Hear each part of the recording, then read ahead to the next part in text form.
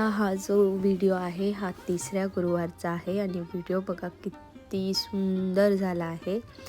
तर ज्या प्रकारे मी तिन्ही उपवासाला वेगवेगळ्या अशा छान थीम ठेवल्या होत्या, तर त्यातली ही एक प्रभावळ होती आणि इथे सुंदर हा मुकुट होता, सुंदर असा हा मुखवटा होता। किती छान आहे बघा। मी लक्ष्मीपूजनला सुद्धा हाच लावला होता, तेव्हा हे आयलॅशेस ज्या आहेत ना त्या नव्हत्या लावल्या आणि ह्या थोड्या मोठ्याच झाल्या होत्या। आता मी ते एकदम व्यवस्थित करून घेतल्या। असं बघताना छान दिसतात, पण व्हिडिओमध्ये त्या खूपच लॉंग दिसत आहे आणि अशा खाली थोड्याशा वाकलेल्या दिसत आहे। पण इथे जे देवीचे डोळे आहे ना थोडेसे असे नॉर्मल नाही का वरती आहे, म्हणजे खालची जी आपली पापणी असते ना ती वर आहे, त्यामुळे हे खूपच मोठा दिसत होत्या। पण जेव्हा ह्या लावल्या ना खरोखर सांगते इतकी देवी रिअल दिसते। आणि मी पुढच्या एखाद्या व्हिडिओमध्ये ना हा मुखवटा पुन्हा दाखवेल, कारण मी यावर बरंच काम केलं आहे।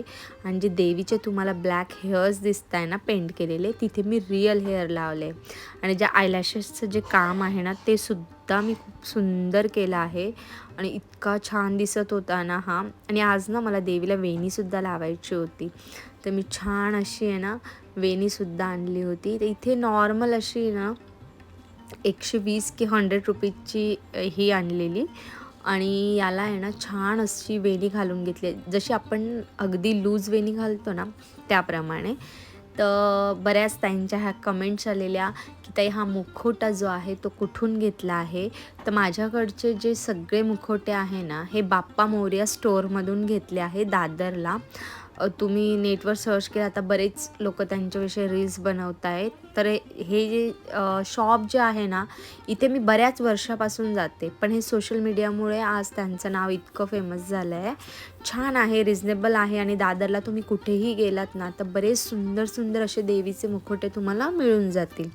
तिथे छान अशी वेणी घालून घेतली होती आणि माझ्याकडे ना वेणीमध्ये जसं आपण एखादी हेअरस्टाईल केल्यावर कसं काही पिना वगैरे लावतो त्याप्रमाणे ह्या चंद्रकोरा, हे बघा ह्या चंद्रकोराच्या अशा पिना होत्या। इतक्या सुंदर वाटतात ना, हेअरस्टाईलमध्ये सुद्धा खूप छान वाटतात। तर ह्या अशा छान आहे ना वेणीमध्ये मी त्या लावून घेतल्या होत्या आणि देवीला जेव्हा लावली ना ही वेणी खरोखर इतकी सुंदर वाटत होती ना, म्हणजे आजचं जे देवीचं रूपच इतकं छान होतं ना।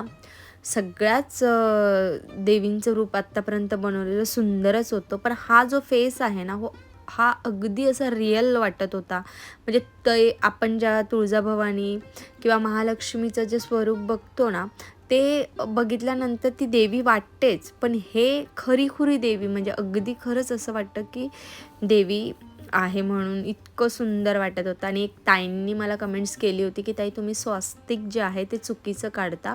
तर इथे मी प्रॉपर सर्च करून आहे ना व्यवस्थित असं स्वास्तिक काढलं होतं। तर ज्या ताईंनी कमेंट्स केली ना त्यांनी मला नक्की सांगा की आता हे स्वास्तिक जे काढलं आहे ते बरोबर आहे का। ते छान असं आणि हे बरोबर आहे, स्वास्तिक आपण घाईघाईत काढतो, पण स्वास्तिक काढण्याची देखील पद्धत आहे। त्या पद्धतीने आपण स्वास्तिक काढलं ना तर त्याचं महत्त्व असतं। तिथे जिथे पूजा मांडायची होती तिथे सुंदर अशी जागा मी स्वच्छ करून घेतली, तिथे स्वास्तिक काढलं, त्यावर चौरंग ठेवलं आणि मग इथून पुढे मी देवीची जी पूजा आहे ती मांडायला सुरुवात केली। आज काय झालं ना, म्हणजे गुरुवारी माझी तब्येत आहे ना खूपच म्हणजे डाऊन होती। त्याच्या एक दिवस आधी बरंच काम केलं, त्यानंतर मी दादरला गेली, तिथून आल्यानंतर दुसऱ्या दिवशी पूजेची सगळी तयारी, सर्दी झाली होती आणि तब्येतही ठीक नव्हती आणि थकली पण खूप होती। तर हे बघा ही अशी मी प्रभावळ बनवली आहे। प्रत्येक गुरुवारी आहे ना मी वेगवेगळी प्रभावळ लावण्याचा प्रयत्न करते, कारण बॅकग्राऊंड मागचा छान असेल ना तर सुंदर पूजा वाटते। ते इथे पुन्हा माझी आजची जरा रेड थीम होती आणि थोडी थोडी येल्लो होती। तशी सुंदर अशी इथे कमळ वगैरे काढून घेतलं तांदळाने आणि तेच तांदूळ आपल्याला 4ही गुरुवारी वापरायचे। त्यानंतर हे तांदूळ काय करायचे ते नेक्स्ट मी जेव्हा लास्टचा गुरुवार असेल ना तेव्हा नक्की सांगेल। तर इथे संपूर्ण अशी छान तयारी करून घेतली होती आणि तिथे साईडला तुम्ही बघत असाल मी देवीसाठी आहे ना जे देवीचे हात आणि पाय मागवले होते, पण ते काही माझ्याकडनं लावता नाही आले। बरंच म्हणजे तब्येत डाऊनमुळे आहे ना ते मला जमतही नव्हते, म्हणून मी म्हटलं की लास्टच्या गुरुवारी आपण ट्राय करूया आणि शेवटी देवीला जे करून घ्यायचं असतं ती तिच्याच पद्धतीने करून घेते। पण तरी तुम्ही आजची जी पूजा बघणार आहात ना कशी मांडली, अक्षरशः आहे ना डोळे भरून येतात, इतकी सुंदर पूजा झाली होती आणि इतकी छान दिसत होती ना देवी, खूप खूप. जितक्या जणी पाया पडायला आल्या ना, म्हणजे आमच्या फ्लोअरच्या जेवढ्या आहेत मावशी वगैरे माझे फ्रेंड्स, तर त्यांना सगळ्यांना खूप आवडलं आणि एवढे भरभरून लाईक आले आहेत ना इन्स्टाला पण आणि यूट्यूबला पण. दोन्ही याला खूप छान म्हणजे या देवीचं जे रूप आहे ना त्याला छान प्रतिसाद भेटला आहे. तर माझा प्रयत्नही हा आहे की आता नेक्स्ट जो आपला लास्टचा गुरुवार असेल तेव्हाही काहीतरी तुम्हाला वेगळं आणि सुंदर बघायला भेटणार आहे. तर बघा, नुसता मुखवटा लावला आहे, दागिने वगैरे काहीच नाही घातले, पण किती सुंदर दिसते देवी. त्या आयलॅशेसमुळे ना तिला एक अजून जिवंतपणा आला आहे. आणि जेव्हा पूर्ण देवी तयार झाली ना तेव्हा तुम्ही तिचे रूप बघा, तुम्हाला कसे वाटते. तर देवीला जेव्हाही आपण दागिने वगैरे घालतो ना, तर माझं दागिने आहे ना मी आलटून पलटून घालत असते, पण आहे ना कधी हा दागिना छान दिसतो तर तो पण मी जितक्या देवी सजवते ना सगळ्यांना हेच दागिने घालून घ्यायचे असते. बघा, आज मी 2 ते 3 दागिने ॲड केले नवीन. जो कुंदनचा आणि मोत्याचा हार आहे ना तो मी ॲड केला आहे. बघा किती सुंदर वाटतं आणि देवीला रेड कलरचे वस्त्र इतके छान वाटत होते ना, खूप सुंदर वाटत होते.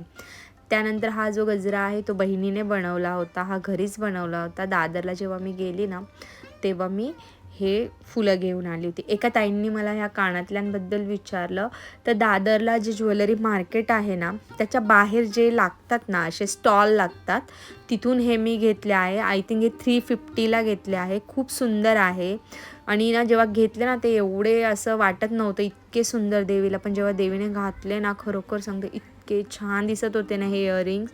नक्की तुम्ही दादरला जर जाल ना तर तिथे आतमध्ये नका घेऊ, जिथे मार्केटमध्ये शॉप आहेत ना तिथे नका घेऊ, बाहेर जे लागतात ना स्टॉल, तिथे एक दादांचा स्टॉल आहे तिथून घ्या. छान भेटतात इयरिंग्स त्यांच्याकडे. अगदी 300पासून स्टार्ट आहे. आणि हे जी पावलं आहे ना, मी लास्ट व्हिडिओमध्ये सांगितलं की मी यांना वर्क करणार आहे, पण जेवढेही पाया पडायला आले आणि माझी बहीणही बोलली की नको ताई, हे असेच खूप सुंदर दिसतं, याला वर्क करू नको, कारण वर्क केलं ना तर ते आर्टिफिशियल दिसेल. पण असे जी पावलं आहेत ना म्हणजे विदाऊट वर्क केलेली, ती इतकी रिअल आणि इतकी सुंदर वाटत आहेत ना, खूप छान वाटत आहे. त्यानंतर हे जे ताट ठेवलं आहे ना आपलं जे कलश आहे अष्टलक्ष्मी कलश त्या खालचं, तर ते बाप्पा मोरया स्टोअरमधूनच घेतलं आहे.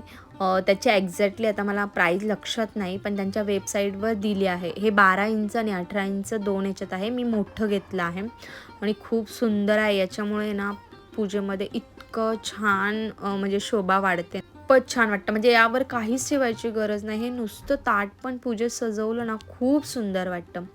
त्यानंतर मला रांगोळी आणि रांगोळीच्या साच्यांसाठी कमेंट्स येतात. तर बघा ताईंनो, हे दिवाळीमध्ये भेटतात, आता सगळीकडे भेटतात, ऑनलाईन पण भेटतात, पण ऑनलाईनमध्ये ना त्या एक ताई विकतात, त्यांचा माझ्याकडे नंबर आहे, मी नेक्स्ट टाईम देण्याचा प्रयत्न करेल. पण एवढंच आहे का हे असे त्यांच्याकडे 10 ते 20 रुपये म्हणजे जास्त, म्हणजे 20 नाही 10 रुपये एक्स्ट्रा आहे, पण ठीक आहे, ते आपण बिचाऱ्या विकतात तर त्यांनाही 2 पैसे भेटणं गरजेचं आहे. आणि जेव्हाही आपण छाप्यांची रांगोळी काढतो ना, रांगोळी अगदी पिठासारखी आणि बारीक असेल ना तरच ती व्यवस्थित उमटते. जर तुमची रांगोळी जाड असेल तर छाप्यामधून व्यवस्थित येणार नाही. जशी मी आता पुढे उंबरट्यावर काढले ना त्याच्यात दिसेल थोडी विरळ विरळ येते, पण जर असं व्यवस्थित बारीक असेल ना तर खूप सुंदर अशी ठसठशीत दिसते. बघा इथे मी ना बारीक काढली म्हणून बघा किती सुंदर वाटते. आणि मला आजची जी पूजा होती ना त्यात मला सगळी चिन्ह पाहिजे होती, म्हणजे गाऊमातेचे पाऊल, देवीचं नाव, त्यानंतर कमळ, म्हणजे सगळी चिन्ह आहे ना मला आज रांगोळीमध्ये हे रांगोळी घालायची होती. तर बघा किती सुंदर वाटते. आणि येल्लोवर जेव्हा तुम्ही रेड करतात ना खूप खूप खूप सुंदर वाटतं. आणि नेक्स्ट जे माझं आता राहील ना पूजा लास्ट गुरुवारची, तेव्हा मी विचार करते की पूर्ण रेड थीम ठेवेल. म्हणजे जेव्हा असं पूर्ण जसं इथे येल्लोवर रेड आहे तसं रेडवर येल्लो असा प्रयत्न चालू आहे, पण बघू आता तेव्हा कसं होतं. आणि बघा किती सुंदर रांगोळीमुळे ना खरंच आपल्या पूजेला इतकी शोभा येते ना, खूप शोभा येते. तर इथे छान अशी माझी पूजा मांडून झाली होती. आणि माहिती नाही बाकीच्या पूजेला ना खूप वेळ लागतो, पण ह्या पूजेला ना जास्त वेळ न लागता इतकी लवकर होते ना ही पूजा, ते मला खूप आवडलं. त्यानंतर आहे ना ही अशी छोटी छोटी साचे जर आपण घेऊन ठेवली ना तर मस्त असं पूजेमध्ये बघा प्रत्येक साचा मी असा मांडला तर किती सुंदर वाटतो. आणि दुसऱ्या एक ताईंची देखील कमेंट्स होती की मी उंबरठ्याच्या तिथे शुभलाभ काढलं होतं, तर शुभलाभ आणि स्वस्तिक ओलांडणं शुभ नसतं असं त्यांनी सांगितलं. त्यांचंही बरोबर आहे. ते माझं तिथे चुकलंच की मी मध्यभागी न काढता साईडला काढायला पाहिजे होतं. तर मी नेक्स्ट टाईम नक्की लक्षात ठेवेल.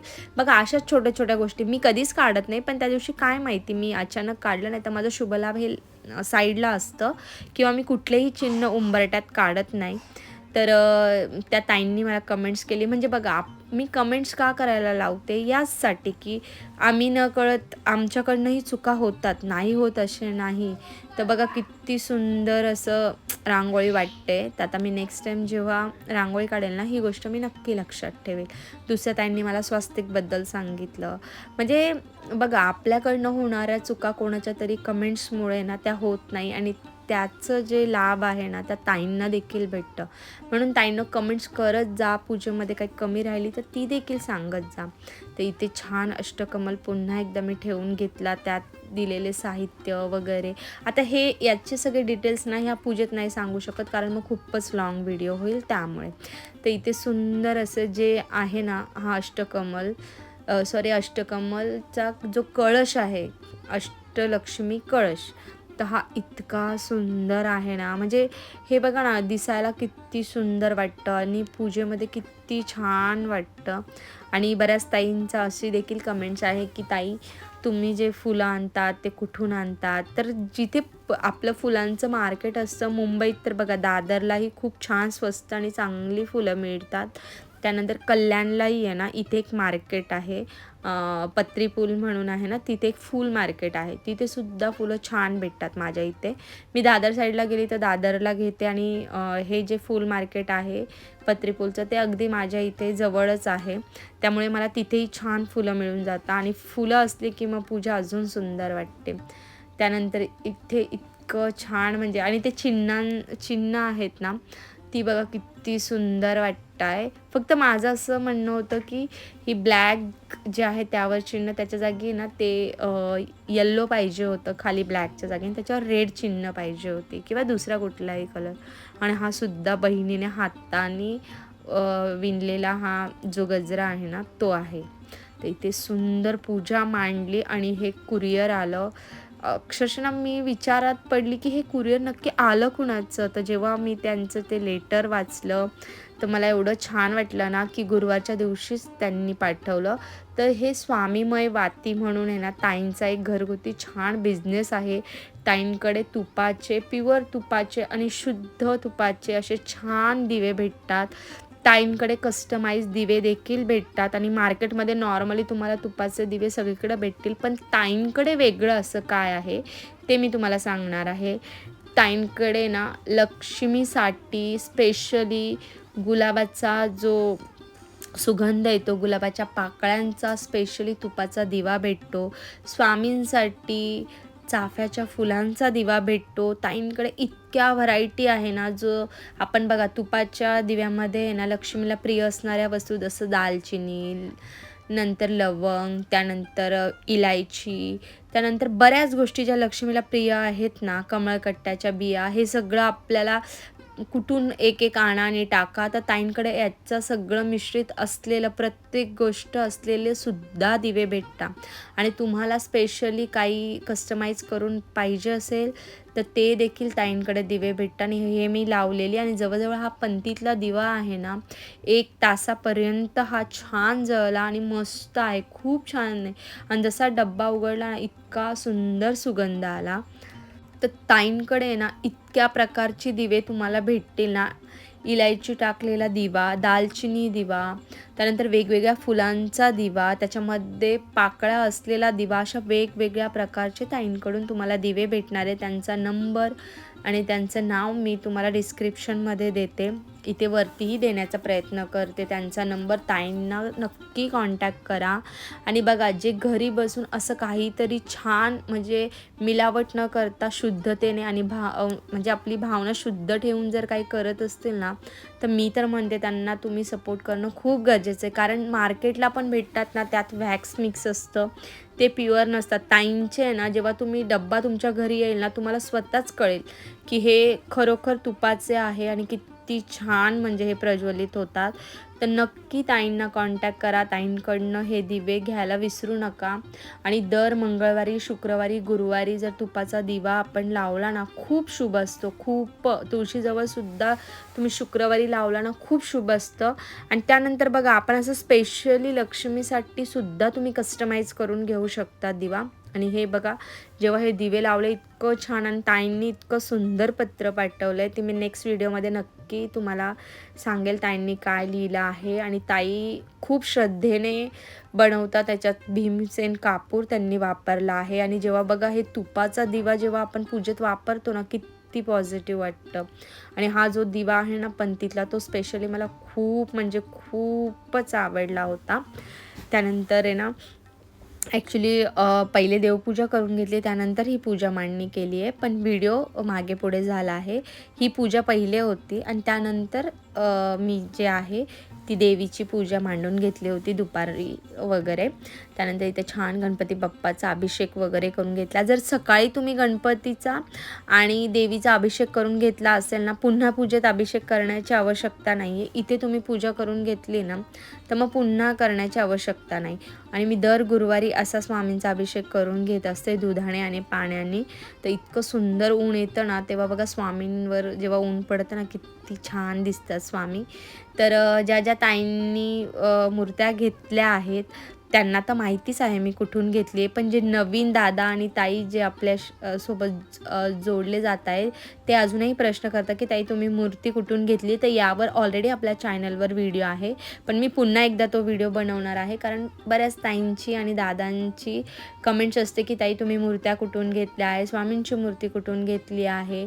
तर यावर आपला ऑलरेडी चॅनलवर व्हिडिओ आहेच, पण नवीन लोकांसाठी मी पुन्हा एकदा बनवण्याचा प्रयत्न करेल. तसं हे मुंबईतूनच मी ही मूर्ती घेतली आहे आणि विश्वंभर दादा म्हणून आहेत, त्यांच्याकडून ही मी मूर्ती घेतली आहे. इतकी जिवंत आणि इतकी सुंदर मूर्ती तुम्हाला कुठेच दिसणार नाही. माझी प्रत्येक मूर्ती आहे ना, खूप मी विचार करून, खूप बघून, खूप ठिकाणी फिरून त्यानंतर घेतल्या आहे. माझ्या सगळ्या मूर्त्या खूप सुरेख, छान आणि सुंदर आहेत.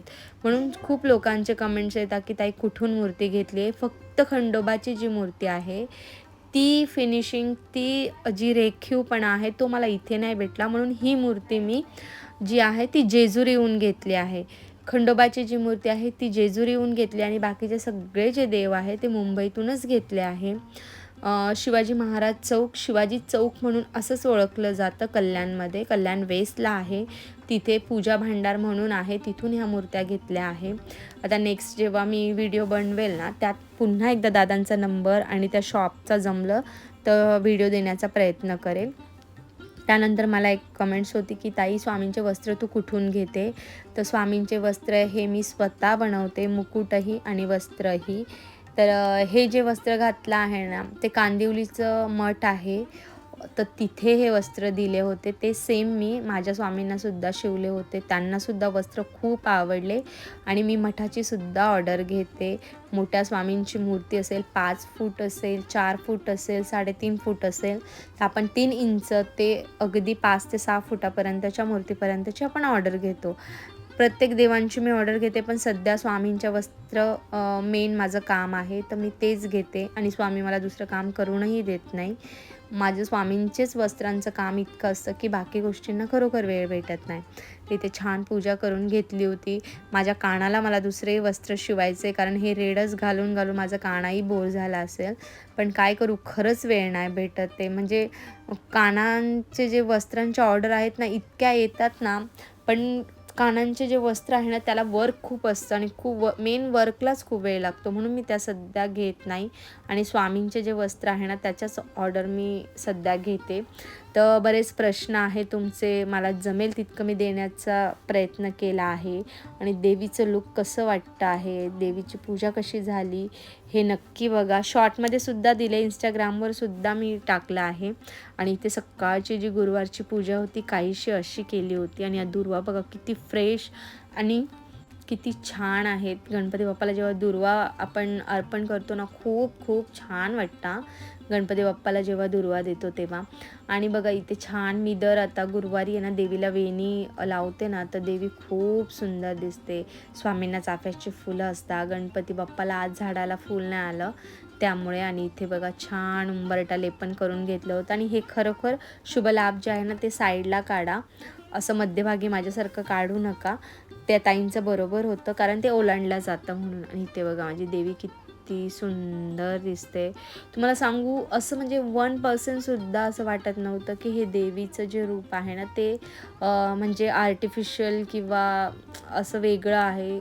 खूप रिअल वाटत होतं खूप. आणि याची रील्स इतकी व्हायरल झाली ना माझी, सगळ्यांना खूप आवडली. आणि पुढे बघा रील्स तुम्ही, देवीचं रूप संध्याकाळी कसं दिसत होतं, खूप सुंदर दिसत होतं बघा. किती छान डोळे आणि हे. आणि आत्ता तर जेव्हा हेअर्स वगैरे लावले ना, देवी अजूनच रिअल दिसते. तर कशी वाटली माझी पूजा, ज्या ज्या ताईंची इच्छा आहे असं काही मुखवटा, सगळ्या गोष्टी तुम्हाला भेटो, तुमच्याही घरी अशीच भरभराट हो, हीच देवीचरणी प्रार्थना. नक्की कमेंट्स करा, चॅनलला सबस्क्राईब करा आणि लाईक करा. सगळ्यांना श्री स्वामी समर्थ.